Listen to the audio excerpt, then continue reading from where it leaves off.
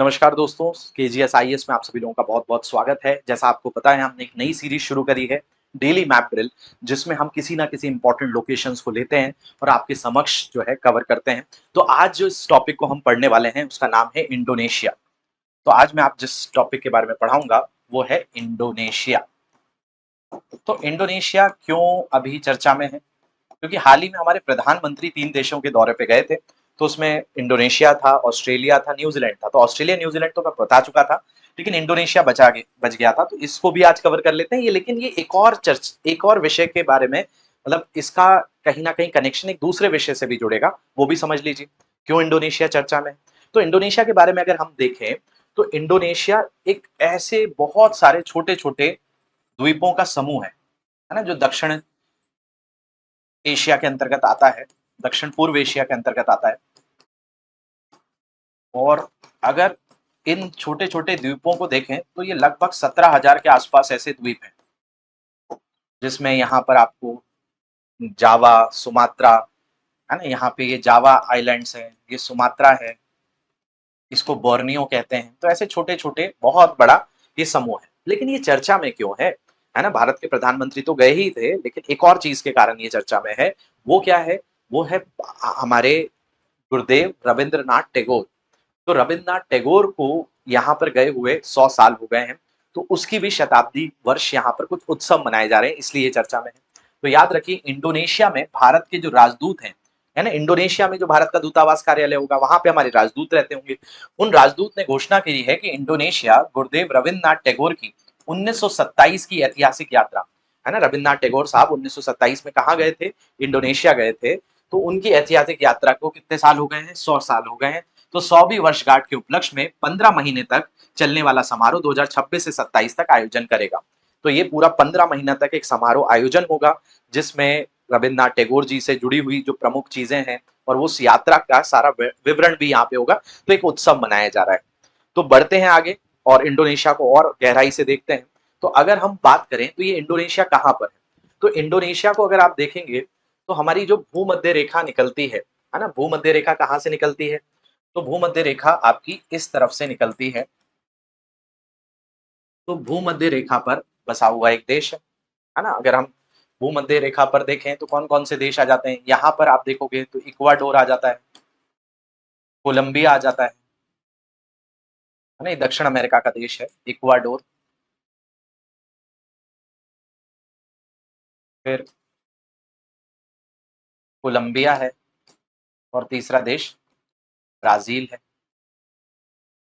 इसके बाद आगे बढ़ें तो यहाँ पे साओ टोमे और प्रिंसिप पड़ता है। फिर यहीं पर आपको एक देश मिलेगा जिसका नाम है गेबोन।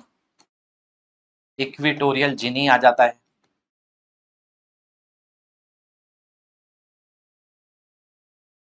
ठीक है, फिर यहाँ पर आपका एक देश है जिसका नाम है democratic Republic of Congo, DRC, है ना? कुछ भाग आता है आरसी का, है ना? इस तरफ से थोड़ा सा और आगे बढ़ेंगे आप तो यहाँ पर ही आपको इथोपिया मिलेगा, सोमालिया मिलेगा। ये सारे देश कहीं ना कहीं इसके साथ सीमा साझा करते हैं। सोमालिया है ना? केन्या भी आ जाता है। और इस तरफ देखोगे आप तो इंडोनेशिया आ जाता है। तो इंडोनेशिया से भूमध्य रेखा निकलती है और ये पूरे के पूरे ऐसे द्वीपों का समूह है।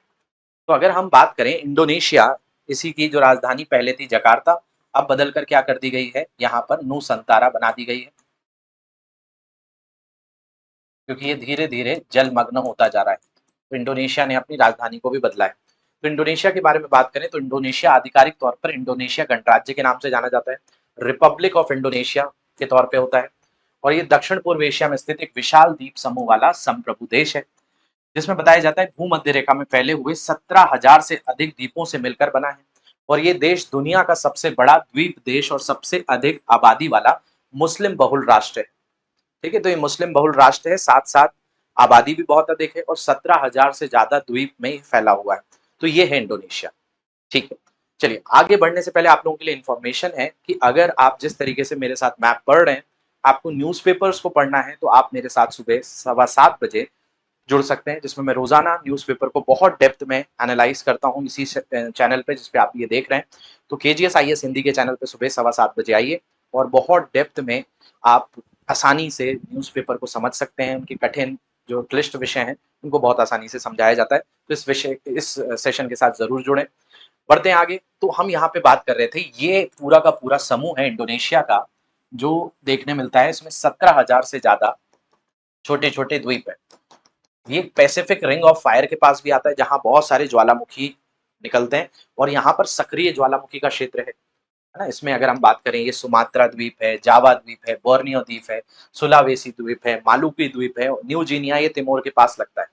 तो अगर आपसे कोई इसकी भौगोलिक स्थिति पूछे तो भौगोलिक स्थिति आप बताएंगे ये हिंद और प्रशांत महासागर के बीच स्थित है और ये देश एशिया और ओशियाना मेलेनेशिया महाद्वीपों को जोड़ता है और दक्षिण चीन सागर तथा दक्षिणी महासागर के बीच समुद्री मार्ग को जोड़ने वाली कड़ी का काम करता है। यहाँ पे कुछ प्रमुख प्रमुख स्टेट्स भी आती हैं जो पढ़ेंगे हम, मलक्का, सुंडा, लोम्बोक।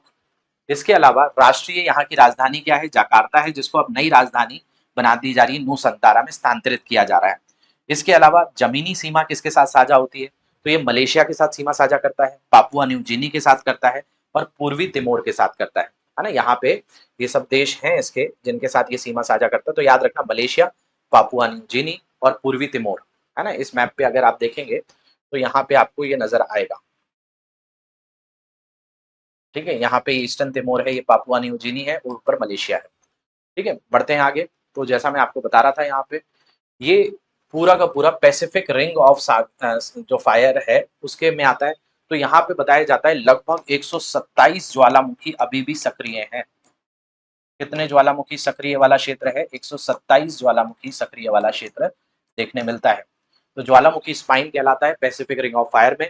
तो इंडोनेशिया यूरेशियन, इंडो ऑस्ट्रेलिया और पैसिफिक प्लेट्स के मिलन बिंदु पर स्थित है, जिसके कारण यहाँ 120 से ज्यादा, और एग्जैक्ट मैं बता रहा हूँ आपको कितने, 127 से ज्यादा, 127 जो है वो सक्रिय ज्वालामुखी है और अक्सर यहाँ पर भूकंप भी आते रहते हैं। इसके अलावा अगर हम बात करें तो सुंडा और साहुल कॉन्टिनेंटल शेल्फ है। शेल्फ का मतलब ये ऐसा जमीनी हिस्सा है जहां पर बड़ी आबादी रहती है, कृषि कर पाती है। तो पश्चिमी इंडोनेशिया जो सुंडा शेल्फ है पर स्थित है जहां उपजाऊ मैदान है, जबकि पूर्वी में पापुआ साहुल शेल्फ है जिसकी पहचान पुंकुक जया से है, जो पूरे के पूरे अगर हम ओशियाना की बात करें तो सबसे ऊंची चोटी आ जाती है और ऊबड़ खाबड़ पहाड़ों से होती है। इसके अलावा अगर हम बात करें, यहाँ वालेस लाइन भी है। ये गहरे समुद्र की सीमा पश्चिमी इंडोनेशिया के पश्चिमी वन्य जीवों को पूर्व में मौजूद ऑस्ट्रेलियाई प्रकार की प्रजातियों से अलग करती है, जिससे दुनिया के सबसे समृद्ध जैव विविधता क्षेत्रों में से एक का यहाँ पे क्या होता है? निर्माण भी होता है। तो ये जैव विविधता के क्षेत्रों का भी निर्माण करता है। इसके अलावा यहाँ पर महत्वपूर्ण समुद्री जल डमरू मध्य है, जिसको स्ट्रेट्स कहते हैं, जिनमें सुंडा स्ट्रेट, लोम्बोक जल डमरू मध्य प्रमुख वैश्विक समुद्री मार्ग है, जिनसे अंतरराष्ट्रीय व्यापार होता है, ऊर्जा की ढुलाई होती है और रणनीतिक नौसैनिक आवाजाही भी हो पाती है। तो ये बड़ा ही महत्वपूर्ण क्षेत्र है इंडोनेशिया का, है ना। इसी में अगर आप बात करो तो सबसे महत्वपूर्ण है इसका ये क्षेत्र जो क्या कहलाता है? स्ट्रेट ऑफ मलक्का, जो आप देखा जाए तो एक बहुत बड़ा केंद्र बिंदु है जो प्रशांत को हिंद महासागर से जोड़ता है। यहाँ अंडमान सागर है और यही इंडोनेशिया के बीच से ये पतरा सा सकरा सा रास्ता है जो स्ट्रेट ऑफ हॉर्मुज के बाद भारत के लिए और दुनिया के कई देशों के लिए बड़ा इंपॉर्टेंट हो जाता है, जो इंडोनेशिया के पास है।